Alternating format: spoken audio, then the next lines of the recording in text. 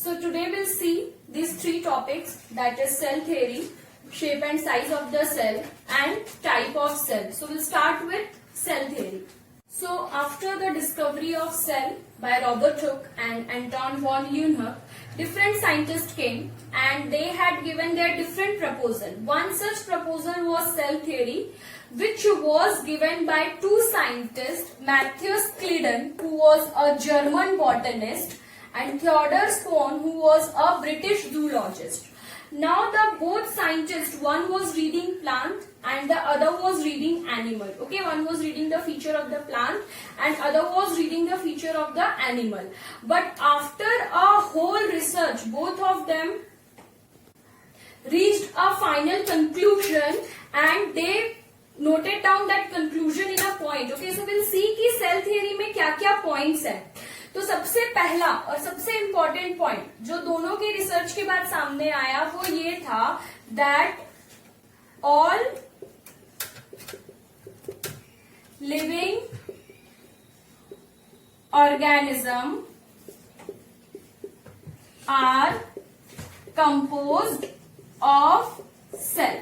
तो ये first point था जो दोनों को समझ में आया. मतलब क्लीडन और स्क्वान दोनों ने जब प्लांट और एनिमल का स्टडी किया तो उनको समझ में आया whether it is a plant और whether it is a animal, हर ऑर्गेनिज्म का जो बॉडी है वो बेसिक यूनिट से बना हुआ है which is cell.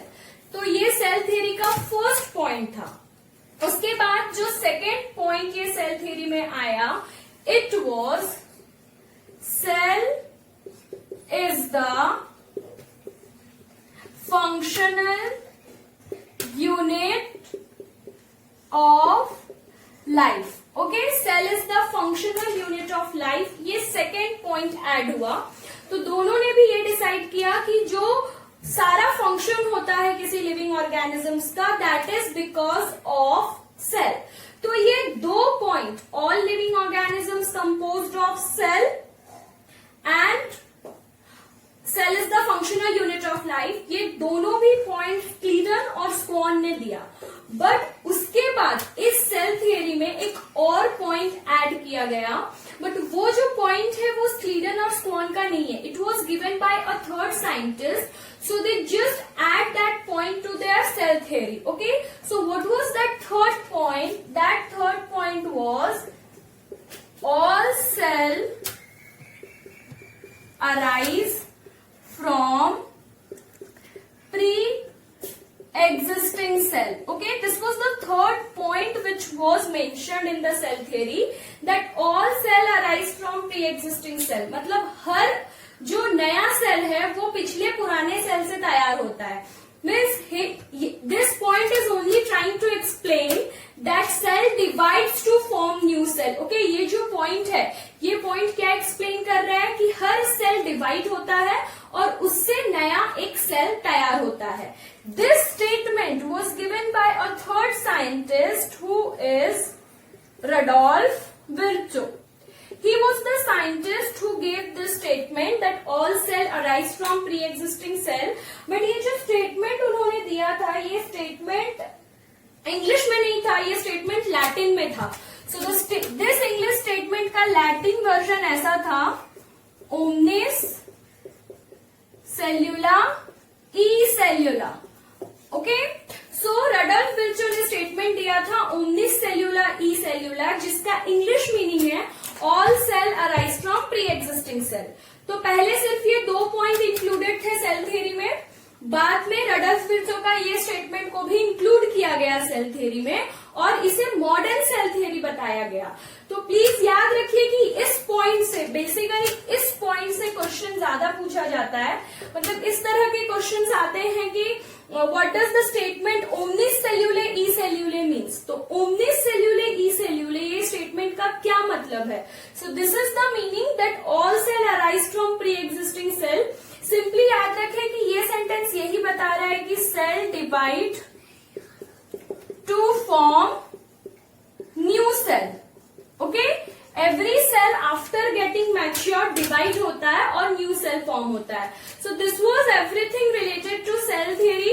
Cell theory अगर पूछा जाए किसने प्रपोज किया तो सिर्फ ये दो साइंटिस्ट उसके नाम आएंगे, क्योंकि एक्चुअल सेल थ्योरी इन्होंने दिया, ये बाद का एडिशन पॉइंट है। और अगर पूछा जाए कि ओमनिस सेल्यूलर ई सेल्यूलर स्टेटमेंट किसने दिया, तो आंसर होगा रडोल्फ विर्चो।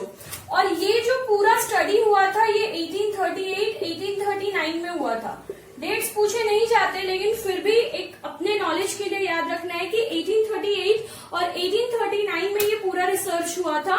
स्कीनन बॉटनिस्ट था, मतलब वो प्लांट का स्टडी कर रहा था, और स्क्वान जूलॉजिस्ट था, मतलब वो एनिमल का स्टडी कर रहा था। तो ये 2 पॉइंट टोटली इनके हैं और ये एक एडिशन है, और ये पॉइंट बहुत इंपॉर्टेंट है। Okay, so this was everything related to cell theory. But जो स्क्वान है ना, उसने अपने रिसर्च में कुछ और भी पॉइंट सामने रखा था, जो कि फर्स्ट पॉइंट ये था कि उसने बताया था कि प्लांट सेल और एनिमल सेल में एक बेसिक डिफरेंस है। तो वो बेसिक डिफरेंस क्या है, तो स्क्वान के रिसर्च के हिसाब से एनिमल सेल का जो सबसे आउटर कवरिंग था वो सेल मेम्ब्रेन था, और प्लांट सेल का जो आउटर कवरिंग था वो सेल वॉल था। तो ये जो एक पहला बेसिक डिफरेंस था वो स्क्वान ने अपने रिसर्च के टाइम पे पुट फॉरवर्ड किया था। ओके, क्या था वो स्क्वान का रिसर्च, प्लीज याद रखें कि एनिमल, उसने बोला था कि एनिमल के पास सेल मेम्ब्रेन होता है, और प्लांट का जो फीचर है वो सेल वॉल है, मतलब प्लांट के पास भी सेल मेम्ब्रेन होता है, but addition to cell membrane cell wall भी है। Okay, so this is everything related to cell theory. I hope each point is clear. There is no such doubt. Now we'll move to the next point, which is size of the cell.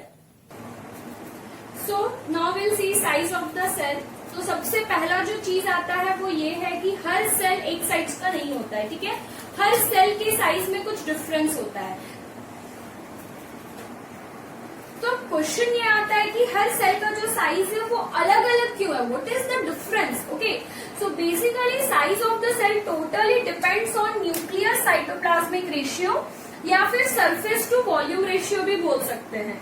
तो nucleus और cytoplasm कितना है, cytoplasm का volume कितना है, nucleus का size कितना है, इस पे सेल का साइज डिपेंड होता है। ओके, सो प्लीज, और जो फंक्शन है उस पे शेप डिपेंड करता है, ठीक है। 2 टॉपिक है, shape and size of the cell.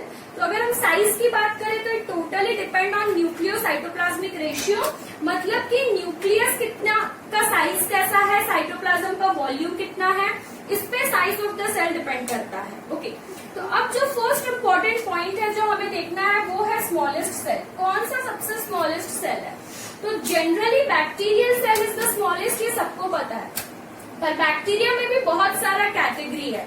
तो अगर हम स्मॉलेस्ट सेल की बात करें तो mycoplasma is the smallest cell, ये बहुत बेसिक है, आपको पता होगा। Mycoplasma is the smallest cell, and mycoplasma में भी पीपीएलओ।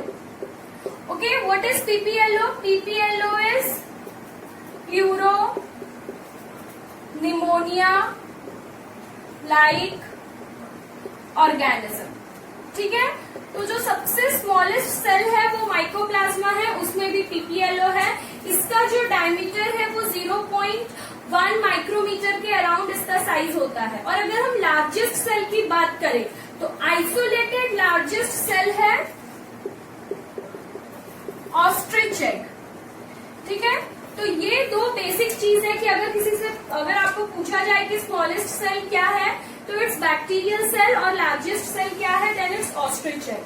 स्मॉलेस्ट सेल में वायरस जो है वो बैक्टीरिया से भी छोटा है, लेकिन वायरस इंक्लूड नहीं होता है स्मॉलेस्ट सेल में, बिकॉज स्टेटमेंट ऐसा दिया जाता है कि वायरस इज ए सेल्यूलर, ठीक है। स्टेटमेंट कैसा दिया जाता है, वायरस इज ए सेल्यूलर, जिसका मतलब है वायरस को एक प्रॉपर सेल्यूलर ऑर्गेनाइजेशन नहीं है। So now the longest cell. So again, as we are talking size of the cell, so the longest cell is your neuron or nerve cell. Okay, neuron या nerve cell सबसे लंबा cell होता है। अगर neuron की बात करें तो इसका जो एक्सॉन होता है ना वो अराउंड 1 मीटर होता है, ठीक है। ओके, तो प्लीज ये चीज याद रखिए कि न्यूरॉन लॉन्गेस्ट सेल है। अगर स्मॉलेस्ट सेल इन ह्यूमन की बात करें then it's sperm which is in male. Okay, RBC से भी छोटा स्पर्म होता है, तो स्मॉलेस्ट सेल स्पर्म है। और अगर लार्जेस्ट सेल इन ह्यूमन की बात करें देन इट्स एग और ovum which is in female. तो तो ये कुछ टॉपिक्स हैं जो याद रखने होंगे कि स्मॉलेस्ट सेल कौन सा है। अगर सिर्फ स्मॉलेस्ट सेल की बात की जाए then it's mycoplasma PPLO. Largest cell की बात की जाए then it's ostrich egg. Longest cell की बात की जाए तो इट्स न्यूरॉन, ओके, जिसका एक्सॉन कम से कम 1 मीटर का होता है। स्मॉलेस्ट सेल इन ह्यूमन अगर मेंशन हो then it will be sperm which is in male. और अगर ऐसा पूछा जाए कि स्मॉलेस्ट सेल इन फीमेल तो इट्स आरबीसी, ठीक है। फीमेल में जो सबसे स्मॉलेस्ट सेल है वो आरबीसी है। और longest cell in human then it's egg. और एक चीज याद रखिए कि ये जो साइज ऑफ द सेल होता है it totally depends on nucleus cytoplasmic ratio. Nucleus का साइज और साइटोप्लाज्म के वॉल्यूम पे size of the cell depend होता है। Now the next topic which we will see is the shape of the cell. Shape of the cell, so as we had already seen size of the cell, और हमने देखा था कि जो size of the cell है वो उसके nucleocytoplasmic ratio पे डिपेंड करता है टोटली।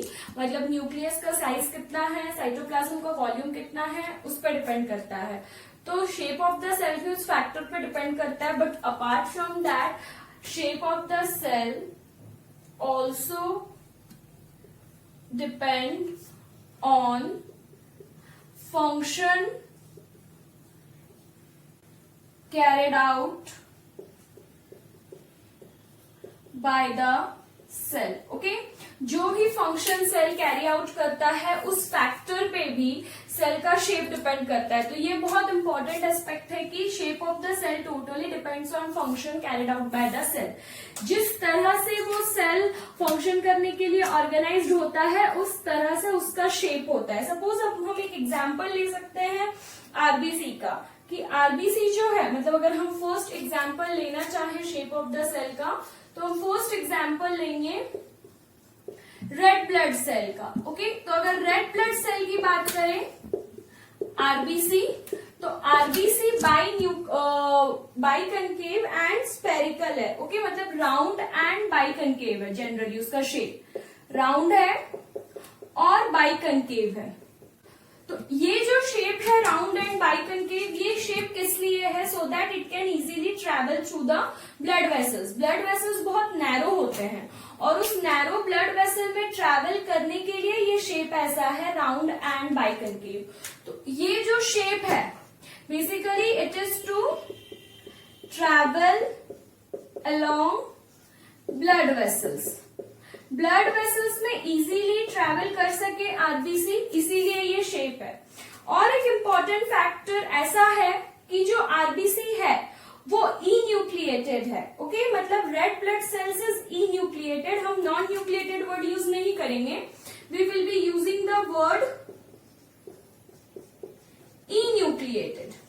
ई न्यूक्लिएटेड का क्या मतलब होता है? तो ई न्यूक्लिएटेड का मतलब होता है, please remember, red blood sales E nucleated है। ई न्यूक्लिएटेड का मतलब होता है body remove nucleus, okay. Body remove nucleus. तो आरबीसी जो है उसका न्यूक्लियस बॉडी रिमूव कर देता है। क्यों रिमूव कर देता है? So that to carry maximum oxygen. ज्यादा से ज्यादा आरबीसी ऑक्सीजन कैरी कर सकेगा, इस पर्पस के लिए आरबीसी से न्यूक्लियस रिमूव कर दिया जाता है। मतलब फैक्टर ऐसा है कि जब इमैच्योर आरबीसी होता है, इमैच्योर आरबीसी मतलब जब आरबीसी का फंक्शन नहीं करना होता, जब वो रिसेंटली फॉर्म होता है, then that RBC has nucleus. Okay, please remember, immature RBC has nucleus. But if you are talking about mature RBC, then mature RBC is enucleated. The reason behind is that अगर nucleus होगा तो cell में एक बहुत बड़ा area nucleus occupy करेगा।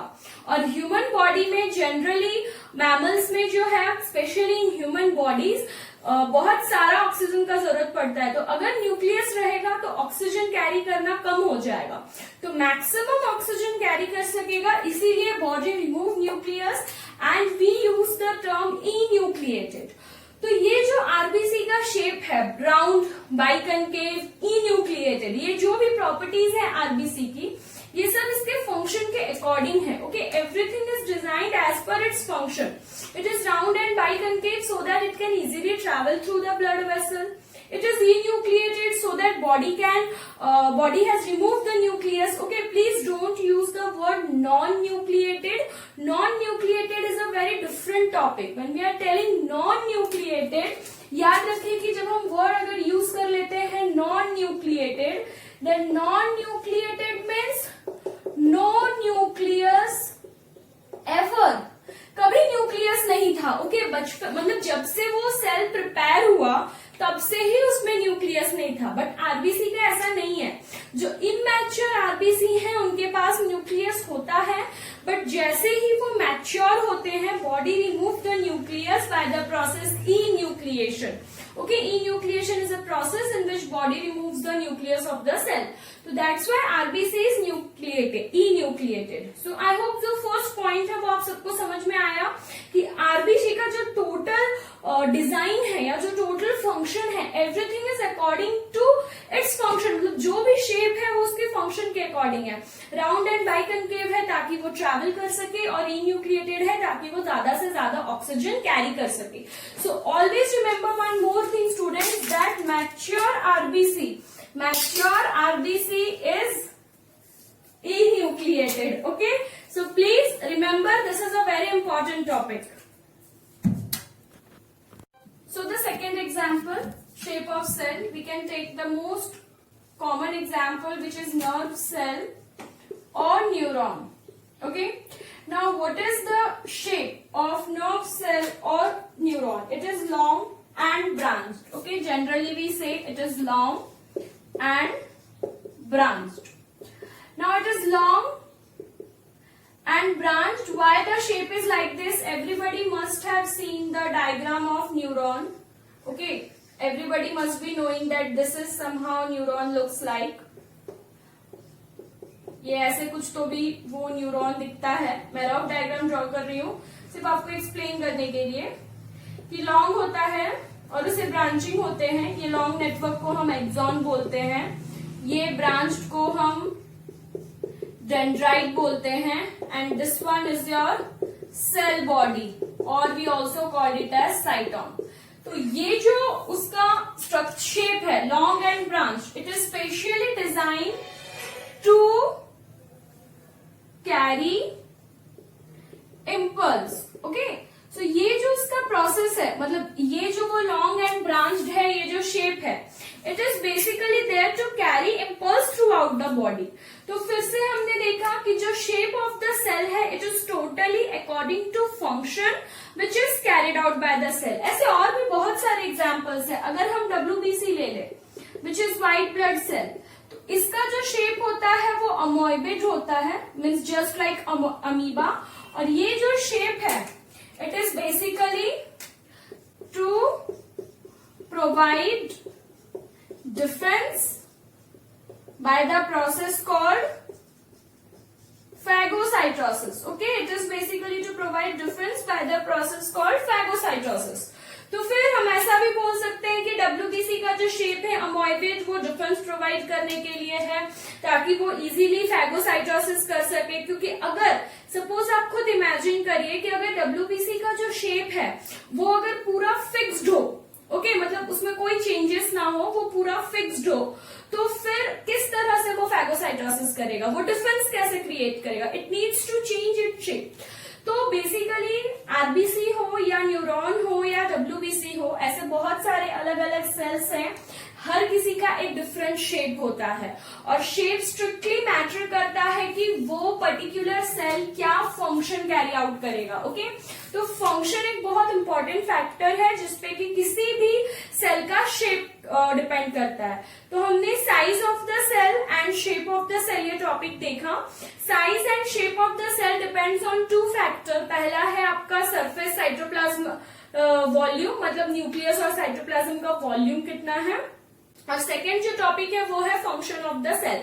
Okay, so please याद रखिए आरबीसी ई न्यूक्लिएटेड है और उसका जो न्यूक्लियस होता है वो बॉडी रिमूव कर देता है जब वो मैच्योर होता है फंक्शन कैरी आउट करने के लिए. तो जनरली जो आंसर हम लिखते हैं वो ऐसा होता है कि मैच्योर आरबीसी इज इन्यूक्लिएटेड। अब हम हमारे नेक्स्ट टॉपिक की तरफ जाएंगे जो है टाइप ऑफ सेल, जिसमें मैं सिर्फ आपको इंट्रोडक्शन दूंगी कि सेल कितने टाइप्स के होते हैं। So the next topic is type of cell. So there are two types of cell, prokaryotic cell and eukaryotic cell. Everybody know that there is a prokaryotic and eukaryotic. तो difference क्या है prokaryotic और eukaryotic में? So it is very simple. Pro, there is a word pro which means old. So whenever we are talking about prokaryotic cell, we can say not well developed cell. Okay, तो हम ऐसा बोल सकते हैं कि बहुत well developed cell नहीं है prokaryotic cell. And when we are talking about eukaryotic cell we can say that it is well developed cell. Okay, बहुत वेल डेवलप्ड सेल है यूकैरियोटिक सेल। तो ये एक डिफरेंस है प्रोकैरियोटिक सेल और eukaryotic cell के बीच में कि when we are talking about prokaryotic cell तो बहुत ज्यादा वेल डेवलप्ड सेल नहीं है और यूकैरियोटिक सेल बहुत वेल डेवलप्ड सेल है। अब क्वेश्चन आता है कि नॉट वेल डेवलप्ड व्हाई?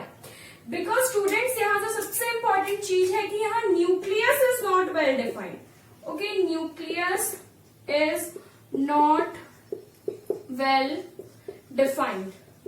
ठीक है, यहाँ न्यूक्लियस वेल डिफाइंड नहीं है प्रोकैरियोटिक सेल में।